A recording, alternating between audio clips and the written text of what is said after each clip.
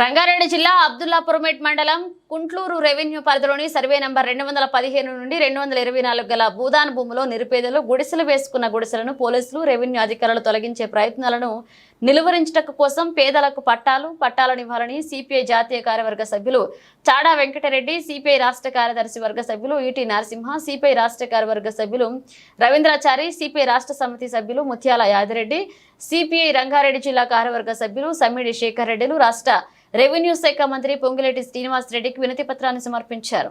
జిల్లా అబ్దుల్పూర్మేట్ మండలం కుంటూరు రెవెన్యూ గ్రామంలో శివార్లో 215 నుంచి 24 వరకు సర్వే నెంబర్ దాదాపు 100 ఎకరాల భూములు భూదానికి భూమి.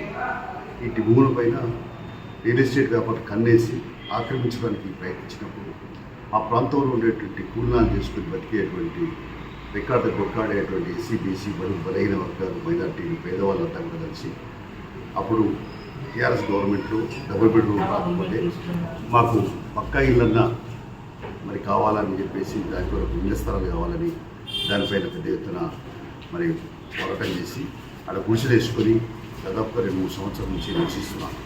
ఈ మధ్య రియల్ ఎస్టేట్ వ్యాపారులు ఏదో రకంగా తప్పుతో పట్టించి రకరకాల పద్ధతులను హెచ్చరికలు చేస్తూ రెవెన్యూ అధికారులతో మరి వాళ్ళతో మాట్లాడుకొని రాలుచి పడి వాళ్ళని ఉపయోగించుకొని పోలీసుల ద్వారా గుడిసెలు కాల్ చేయించడానికి ప్రయత్నించడం దుర్మార్గమైన చర్యగా ఏమైనా చర్యగా మేము ఖండిస్తున్నాం.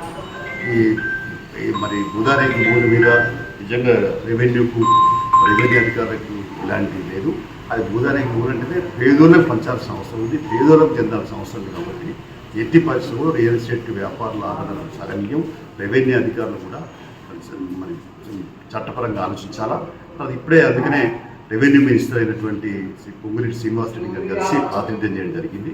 వారు కూడా ఏదైతుందో సానుకూలంగా స్పందిస్తామని చెప్పారు. ఇంకా భూదానికి భూమికి అవసరం అనుకుంటే మేము ఫినిషింగ్ కూడా వేసి కాపాడుతామని చెప్పి కూడా అన్నారు. కాబట్టి చాలా సంతోషం. ఏదైనా తక్షణమే పొంగులేటి శ్రీనివాస్ రెడ్డి గారు స్పందించి ఆ గుడిసెలను గుడిసెవాసులకు అందరికీ పట్టా సర్టిఫికేట్ ఇప్పించి పక్కా ఇల్లు కట్టియాలని చెప్పి ప్రభుత్వాన్ని కోరుతున్నాం.